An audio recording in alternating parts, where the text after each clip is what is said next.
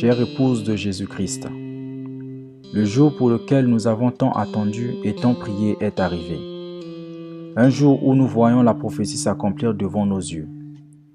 Un jour dans lequel tous les prophètes et les sages qui sont venus avant nous voulaient voir. Il n'y a jamais eu un jour dans l'histoire du monde qui a touché la terre entière comme ce jour-ci.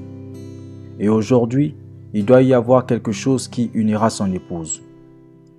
Comment a-t-il dit qu'il unirait son épouse? De la manière qu'il a toujours uni son épouse, par ses prophètes. Comment a-t-il amené Christ ici? Par la parole des prophètes. Est-ce vrai? Comment va-t-il amener son épouse ici? Par la parole des prophètes. Le coronavirus Covid-19 terrifie le monde et il empêche les croyants à travers le monde de fréquenter leurs assemblées. L'épouse, malgré cela, a l'occasion d'être unie autour de la parole pour ce jour. Père a forcé l'épouse à transformer leur foyer en église pour écouter la voix de son messager du 7e âge. Ce n'est pas la première fois que quelque chose de semblable s'est produit. Quand deux messagers se sont glissés dans Jéricho pour espionner la ville, avant que les soldats de Josué ne la réduisent en cendres, une jeune dame a accueilli le message dans son foyer. Parce qu'elle a fait cela, l'armée qui a envahi la ville a épargné tout ce qui se trouvait sous son toit. Frère Branham a dit, mais quelques frères avec des bandes magnétiques ont dû réussir à s'infiltrer quelque part pour les semences prédestinées. Ils ont fait un saut jusque chez elle et ont joué quelques bandes. Elle a fait de sa propre maison une église destinée à recevoir le message. Il y en a encore aujourd'hui, vous savez. 630901M le signe. Il n'y a qu'une seule chose sur laquelle nous sommes d'accord, ce message. Et Père nous rassemble comme jamais auparavant pour entendre son messager prononcer la parole en même temps à travers le monde.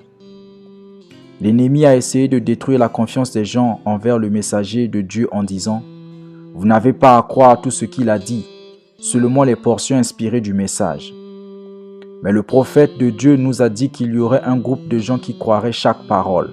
Ils sont la véritable postérité vivante d'Abraham. De même, quand la vraie postérité vivante d'Abraham se lèvera, ce même esprit qui était en Jésus-Christ vivra au milieu d'eux. Chaque parole sera ponctuée d'un amen. Il la croit. Non pas ceci est inspiré et cela n'est pas inspiré. Il croit toutes parce que c'est la parole de Dieu. Dieu a pourvu d'un moyen pour que son épouse écoute le message d'elle-même en ce temps de la faim.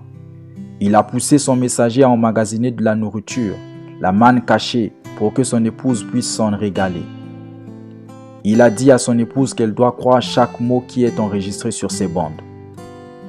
De même, je dis au nom de Jésus-Christ, n'ajoutez pas une seule chose, ne retranchez pas, n'y mettez pas vos propres idées. Dites simplement ce qui est dit sur ces bandes. Faites exactement ce que le Seigneur, votre Dieu, vous a commandé de faire. N'y ajoutez rien. N'y ajoutez rien. N'en retranchez rien. Croyez-le simplement et marchez humblement devant le Seigneur, votre Dieu, car nous approchons du moment où nous allons entrer dans le pays. Bon nombre des pasteurs partout dans le monde ont demandé à leur troupeau d'écouter des bandes dans leur foyer pendant cette période. J'aimerais inviter l'épouse partout dans le monde à accueillir le messager de Dieu dans leur foyer ce week-end. Nous avons l'occasion de nous rassembler avec nos familles comme Rahab de Jéricho et d'écouter le 7e messager de Dieu nous offrir le pain de vie. C'est une occasion incroyable pour nous de laisser de côté toutes nos différences et de nous unir autour de la seule chose sur laquelle nous sommes tous d'accord et qui nous unira tous, le message confirmé de l'heure, le signe pour notre jour. Si vous désirez vous unir à nous, ouvrir vos foyers aux prophètes et écouter la même prédication que des milliers d'autres croyants à travers le monde, nous écouterons le message 65 07 18 matin. Essayez de rendre un service à Dieu sans que cela soit la volonté de Dieu à 10h, heure de Jeffersonville, Indiana. J'ai hâte de me rassembler avec vous, son épouse, devant son trône, alors que nous écouterons son messager nous apporter le message qui nous perfectionnera et nous préparera pour sa venue imminente. Frère Joseph.